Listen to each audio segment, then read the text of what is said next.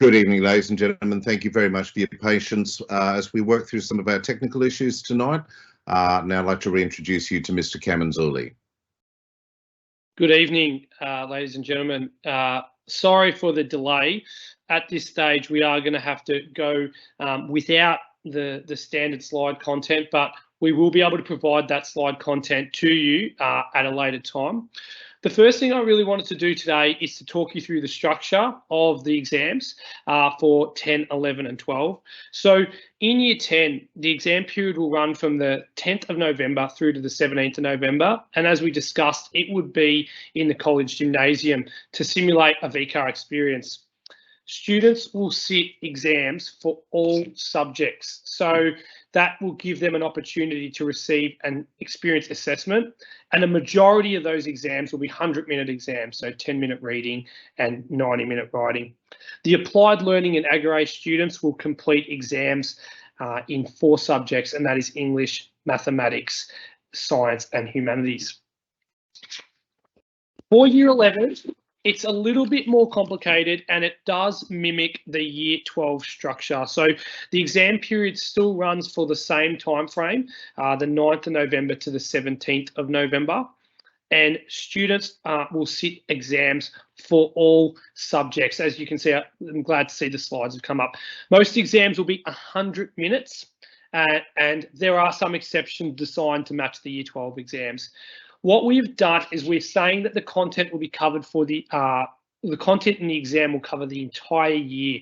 So that means 25% from Unit 1 and 75% from Unit 2.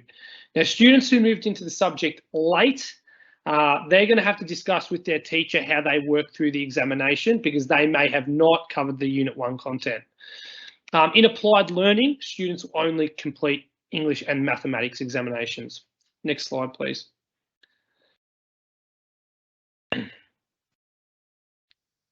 So the exceptions are, I've listed the exceptions there. I'm not going to read through them all. This is more for your benefit at a later date, but a majority of exams are 100 minutes. We have put the sciences, English and mathematics exams in different frames because that mimics the VCE process. Thank you. Next slide.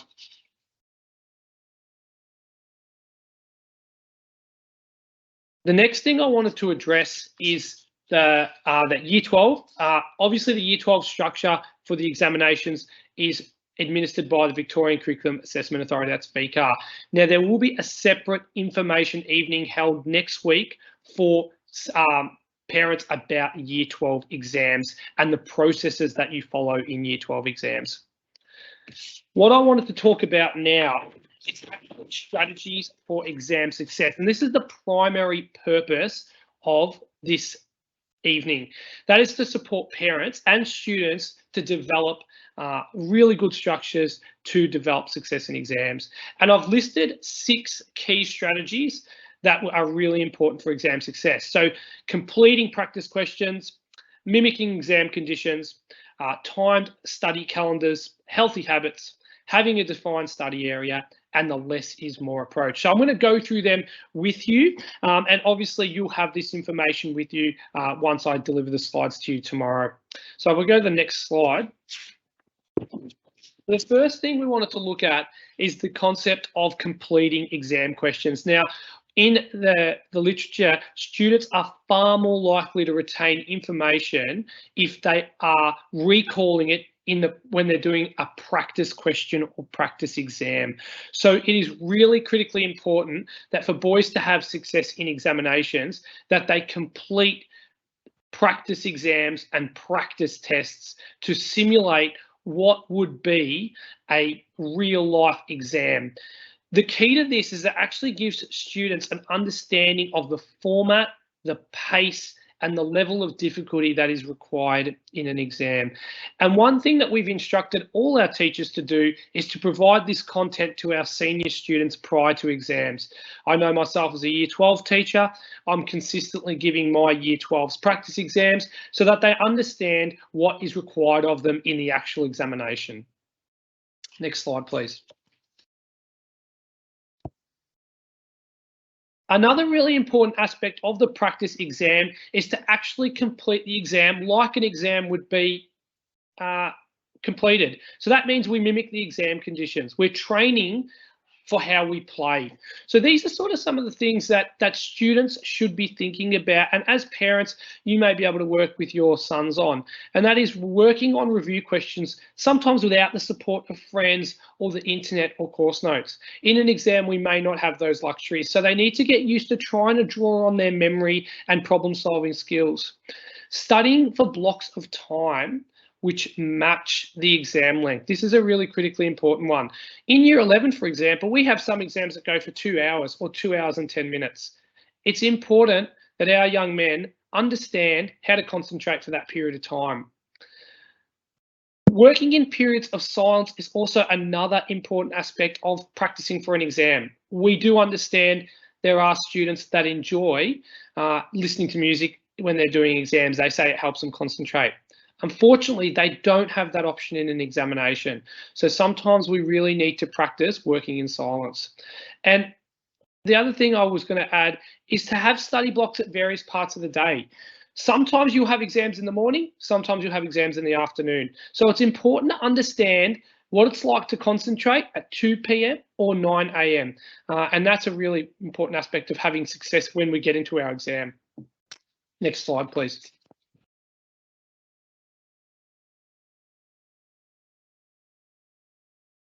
The next phase of practicing for exams or building really good study habits is to have a timed study schedule.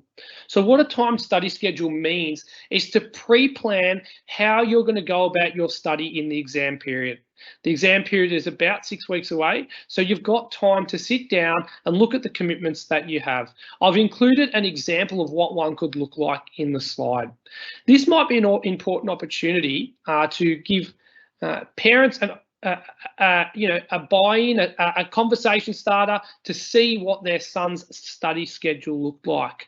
And why these are really important is that it can avoid procrastination. It can keep you on task with short, sharp, focused study blocks of different subjects. And the most important one is it follows a spaced study model. Now, a spaced study model means that you study for a subject over many short sessions as opposed to doing it over one really large session, because doing it over many short sessions is seen to for students to retain more knowledge. Next slide, please.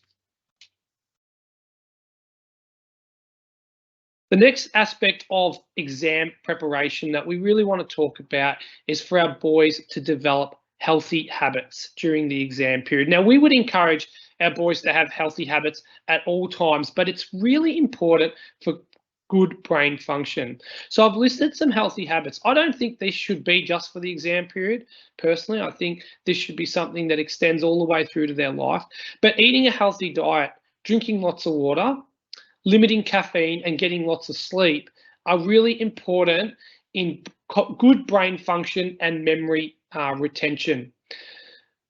Having exercise and relaxation time can really reduce the stress of an exam period and can actually look at de-escalating you if you are quite anxious during that time. I've also added the never miss twice rule, and I've talked to parents about that at the start of the year, but the never miss twice rule is a really healthy habit to acknowledge that sometimes we need a break in the exam period. However, we have to get back into the routine the next day, and that we don't have 2 misses in a row, because that's what then can lead to a habit of missing out on your study. The last thing I was going to mention about healthy habits is to have organisation of all the things you would need for an exam period. Have your equipment, have your calculator ready, have you the right books so that you can really be set and focused in that time. Thank you. Next slide.